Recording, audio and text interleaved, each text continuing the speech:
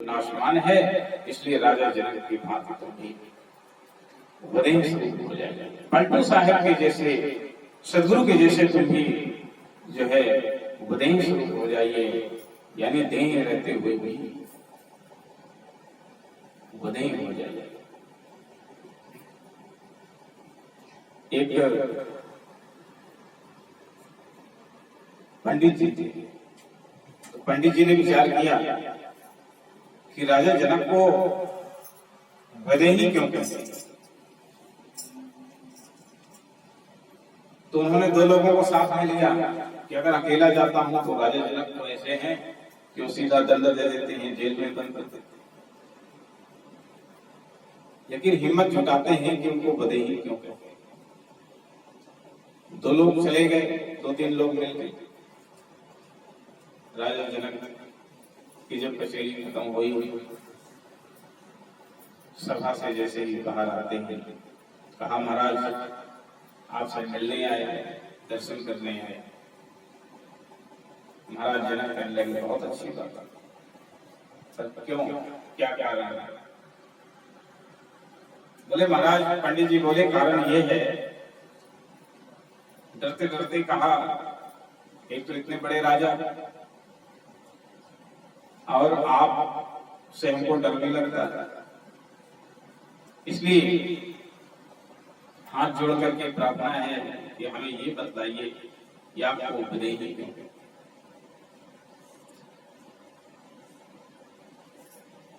तो राजा जनक ने कहा कि ऐसा करो, इन तीनों को दंड दो, इन तीनों को कड़ा से कड़ा दंड दो, इनको जेल में ले जाके बंद कर दो। अभी जेल में ले जाकर के बंद कर दो, इनका स्वागत करो। तीनों घबरा गए कि अब तो मार पड़ेगी, पर क्या करें, जेल में ले जाकर के तीनों को बंद कर दिया। महाराज जनक के आज्ञा अनुसार मेवा, मिष्ठान, खीर, पूड़ी, क्या क्या तरह तरह का पकवान बनवा करके सामने तीनों के थाल परोस करके रख दिया, और तीनों के सिर के ऊपर, सर के ऊपर जो है एक कच्चे धागे में तलवार बांध करके तीनों के सर के ऊपर लटका दिया।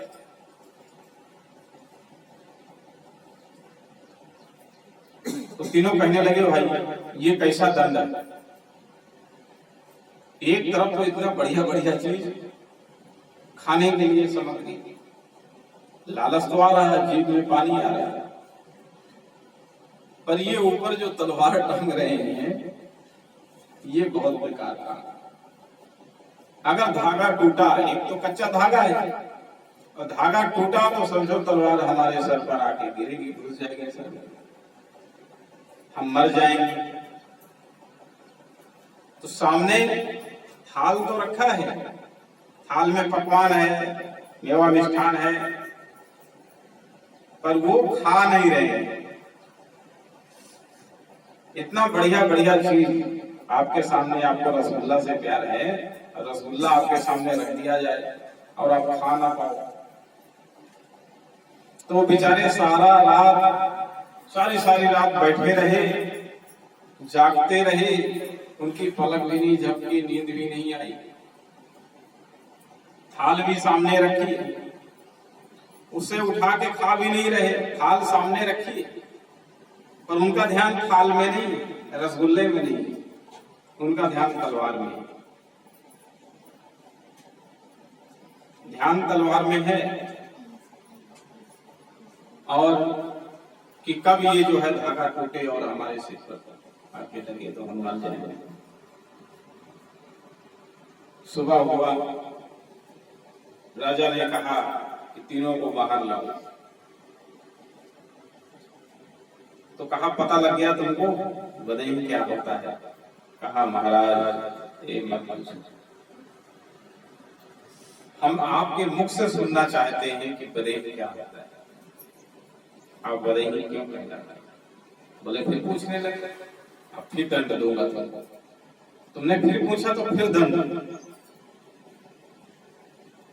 तुमको इतना बढ़िया बढ़िया चीज दिया, मेवा मिष्ठान खाने के लिए, और तुमने रात भर वैसे ही थाली वैसे ही भरी हुई रखी, तीनों ने खाया ही नहीं। बोला महाराज कैसे खाते? तलवार सर पे टंगी हुई है, कहो भी कच्चे धागे में कब टूटे कब मैं मरूं। तो ध्यान तो तलवार में कि कहीं ये न टूट जाए, तो ध्यान हमारा खाने में नहीं। तो कहा देखो तुमने दोबारा पूछा है तो दोबारा दंड अब मिलेगा। तो क्या दंड है? तो ऐसा करो, इनको घोड़े के ऊपर खड़ा कर दो, तीनों अलग अलग घोड़ा मंगाइए, उसके ऊपर खड़ा कर दीजिए, और साथ में जल्लाद हर घोड़े के पीछे साइड में दोनों तरफ जल्लाद रहेंगे तलवार लेकर के। अगर ये गिरे तो तुरंत इनको कत्ल कर दो, मार डालो तुरंत। अब जो है बनी मुसीबत। अब तीन घोड़े, तीनों घोड़ों में जो है तीनों लोगों को खड़ा कर दिया, कहा घोड़ा को नगर में घुमाइए, अगर इनमें से तीनों में से कोई गिरा तो उसको मार डालिए।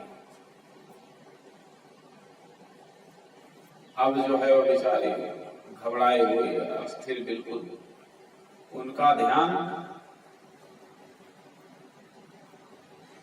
जल्लाद में, तलवार में, कि जल्लाद अगल बगल चल रहा है, इधर भी जल्लाद है इधर भी जल्लाद है, इधर गिरूंगा तो ये मार देगा, इधर गिरूंगा तो ये मार देगा, दाएं बाएं दोनों तरफ जल्लाद है। तो बेचारे बिल्कुल अस्थिर, बिल्कुल सावधान होकर के खड़े रहे। पूरे नगर में घोड़ा जो है घुमाया गया, अंत में ला करके घोड़ा राजा साहब के सामने खड़ा। कहा कमाल की बात है, तीनों गिरे नहीं, इतना स्थिर, इतनी एकाग्रता तीनों में। तो बोले महाराज हम तो गिर ही जाते, पर ये जो दोनों तरफ जल्लाद थे ना, हमारा ध्यान इनमें था कि इधर गिरते हैं तो ये मार देगा और इधर गिरते हैं तो ये मार देगा, तो दाएं बाएं गिरना नहीं है, अस्थिर खड़े रहो चुप करके। तो कहा और प्रश्न करोगे? तो जो दो थे वो तो भाग गए। बोले महाराज हम तो नहीं करेंगे। एक ने हिम्मत जुटाया, बोला महाराज मैं तो ये लोगों को साथ में लेके आया था, लेकिन मैं जानना चाहता हूँ कि आप बताइए क्यों गए। तो भाग गए कि अब तो राजा मार डालेगा, फांसी की सजा दे देगा, है ना, 2-3 तरह से तो दर्द दे चुका है, और उसमें बाल बाल बचे। अब कौन जो है मुसीबत हाथ में ले। तो क्या किया महाराज जनक कहने लगे देखो तुम्हारे साथी तो भाग गए भाई, अब लगता है तुम्हें फांसी मिली। तो कहा महाराज फांसी दे देना, पर ये बता दो कि बदेही क्या हो, आप बदेही क्यों कहते हैं? तो इस शब्द में आदि नाम विदेही अस्थित परक जो चेहरा है। बदेही ऐसा शब्द है जिसने जिस दिन बदेही को जान लिया उस दिन से उसकी जो जीवन नैया है उस सदगुरु के हाथ में हो जाती है, मालिक के हाथ में हो जाती है, वो काल के काल में नहीं जाता है। तो राजा जनक महाराज ने बताया कि देखो बदेही का मतलब ये होता है कि देखो पहले दिन तुमको हमने जेल में डाला, मेवा मिष्ठान तुमको दिया खाने के लिए, तलवार ऊपर टंगवा दिया, है ना, तुम्हारा ध्यान तुम्हारे शरीर में था? बोला नहीं महाराज। तो कहा तुम्हारा ध्यान मेवा मिष्ठान में था? कहा नहीं महाराज। फिर कहाँ था?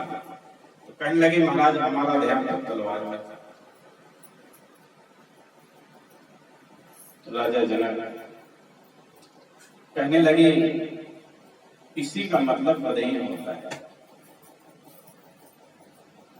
इसी का मतलब बदेही होता है कि तुम्हारा ध्यान देह में भी नहीं। जिनका ध्यान देह में होता है वो सारा दिन सोचते रहते हैं आप शाम को क्या बढ़िया चीज खाएं, थोड़ी थोड़ी देर में क्या खाएं, है ना, खाने पीने की चीजों के बारे में सोचते रहेंगे, शरीर को सजाने के बारे में ही हमेशा लगे रहेंगे। ठीक है, तो वदेह शब्द ही बहुत प्यारा है, मुक्ति का साधन है, मोक्ष का द्वार है वदेह, मुक्ति का द्वार है, मोक्ष का द्वार है वदेह। वदेह इस भव सागर से पार होने का द्वार है। वदेह अपने निज धाम जहां से जीव आया है वहां जाने का द्वार है। इसलिए वदेह स्वरूप, वदेह जो है जीवन मुक्ति कहलाता है। वदेह जो है वो जीवन मुक्ति का रास्ता है। राजा जनक कहने लगे, देखो तुम्हारा ध्यान देह में नहीं था, तुम्हारा ध्यान मेवा मिष्ठान में नहीं था, तुम्हारा ध्यान तलवार में था। ठीक इसी प्रकार से अपने इष्ट देवों को, अपने परमात्मा को तलवार समझ और अपना ध्यान उसमें रखिए, संसारिक विषय वस्तुओं में और अपने शरीर में नहीं रखिए। जब आप भजन में बैठते हो तब उस मालिक में रखिए। तो वदेह होने का जो ज्ञान है राजा जनक ने जो है पंडित जी महाराज को दिया, उनका जीवन धन्य धन्य हो गया।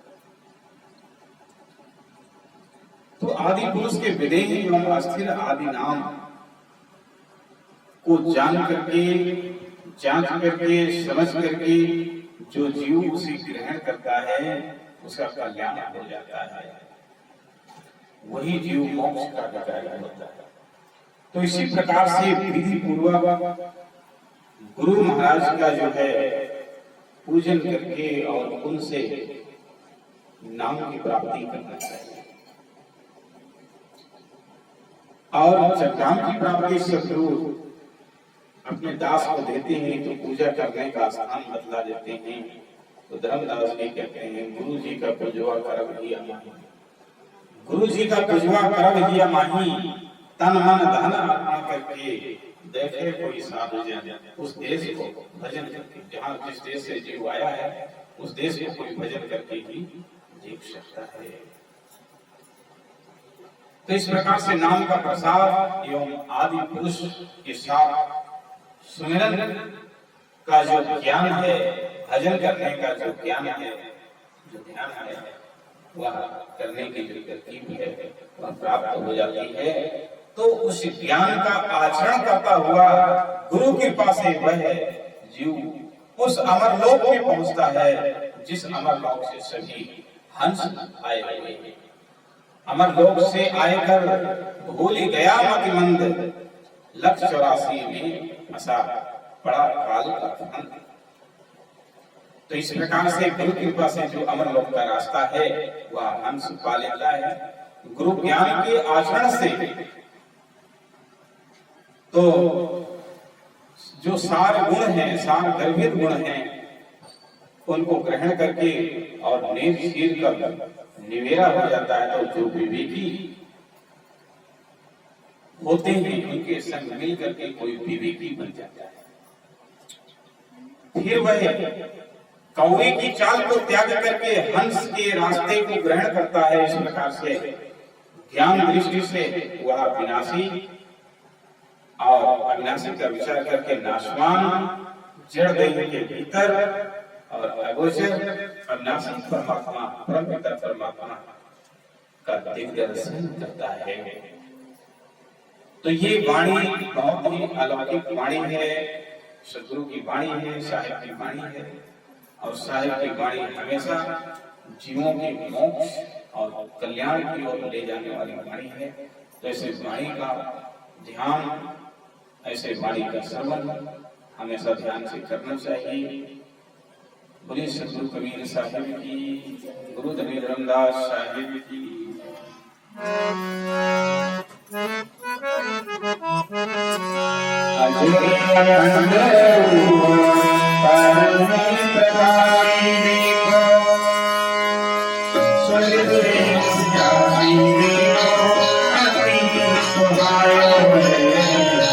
Hare